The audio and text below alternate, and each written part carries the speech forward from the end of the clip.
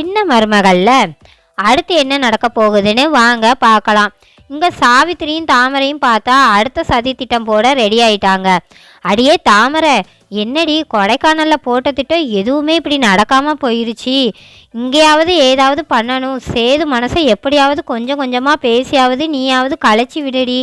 அப்படின்னு சொல்லிட்டு சாவித்திரி சொன்னதும், இங்கே பாருமா, கோவத்தை கிளப்பிக்கிட்டு இருக்காத. அன்னைக்கு நானே என் இடுப்பை காமிச்சு அவருக்கு சாப்பாடு பரிமாறினா அதை அவர் கவனிக்க மாட்டேங்கிறாரு. இப்போ என்னென்னா பேசி பேசி மனசை மாற்றுன்னு சொல்கிற. இவருக்கு என்னத்தான் பேசினாலும் இவர் மனசு எல்லாம் ஒன்றும் கலைக்க முடியாது அப்படின்னு சொல்லிட்டு தாமரை சொல்லவும், இப்படியே மனசை விட்டுறாதடி, சேது கையால் உனக்கு தாலி கட்டிக்கிற வேணுமா வேண்டாமா அப்படின்னு சொல்லிட்டு சாவித்திரி கேட்கவும், போமா, நம்ம எம்புட்டோ திட்டம் போடுறோம், ஆனால் எதுவுமே நடக்க மாட்டேங்குது. நீயும் ஒவ்வொரு தடவையும் இப்படி தான் ஆசை காட்டுற. கொடைக்கானலுக்கு போகும்போதும் அப்படி நடக்கும் இப்படி நடக்கும்னு சொல்லிட்டு என்னென்னமோ சொன்னேன், ஆனால் எதுவுமே நடக்காமல் போயிடுச்சு அப்படின்னு சொல்லிட்டு தாமரை சொல்லவும், சரிடி விடு, சேதுக்கு உடம்பெல்லாம் காயமாக இருக்குது,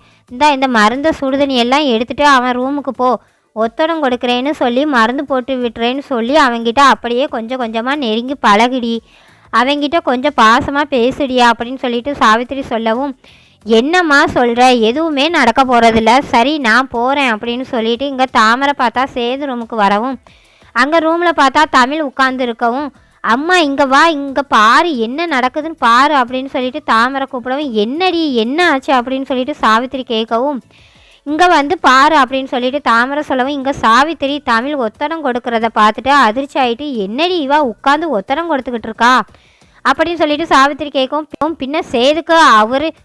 பொண்டாட்டி ஒத்தடம் கொடுக்காம வேற யார் ஒத்தடம் கொடுப்பா அப்படின்னு சொல்லிட்டு தாமரை சொல்லவும், இருடி, நம்ம உள்ளே போய் அவளை வெளியே விரட்டிட்டு நீ போய் மருந்து போட்டு விடு அப்படின்னு சொல்லிட்டு தாமரை கிட்ட சாவித்திரி சொல்லவும், வா உள்ளே போகலாம் அப்படின்னு சொல்லிட்டு சாவித்திரியும் தாமரையும் பார்த்தா சேதுக்கிட்ட போகவும், வாங்க அத்தை வாங்க அப்படின்னு சொல்லிட்டு சேது கேட்டுக்கிட்டு இருக்கிறாரு. இல்லை சேது, என்ன இவ ஒத்தடம் கொடுத்துக்கிட்டு இருக்கா அப்படின்னு சொல்லிட்டு சாவித்திரி கேட்கவும், ஏன் அத்தை இதில் என்ன இருக்குது, அவள் தான் தவிடு எல்லாம் எடுத்துகிட்டு வந்தா, தவிடு ஒத்தடம் கொடுத்தா சரியாகும் அப்படின்னு அவள் தான் சொன்னா, அதான் நான் சரின்னு சொன்னேன். உடனே அவளும் தவிடு ஒத்தடம் கொடுத்துக்கிட்டு இருக்கா,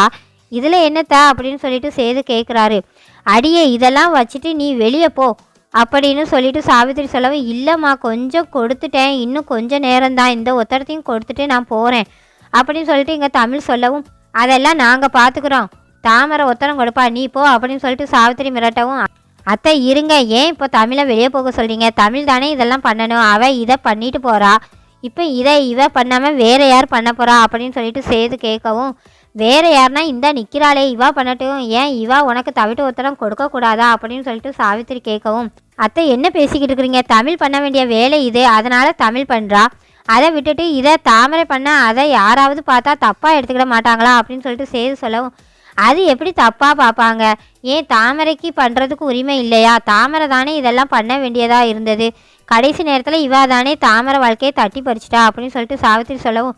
அத்தை முடிஞ்சது முடிஞ்சு போச்சு, எதுக்கு திரும்ப திரும்ப அதையே பேசிக்கிட்டு இருக்கிறீங்க, தமிழை நான் தான் விரும்பி கல்யாணம் பண்ணிக்கிட்டேன், அவளை எனக்கு பிடிச்சதுனால தான் கல்யாணம் பண்ணிக்கிட்டேன், அதில் உங்களுக்கு தெரியும்ல தாமரை மேலே எனக்கு அந்த மாதிரி எந்த ஒரு எண்ணமும் இல்லை, அதனால தான் தாமரையை நான் கல்யாணம் பண்ணலை,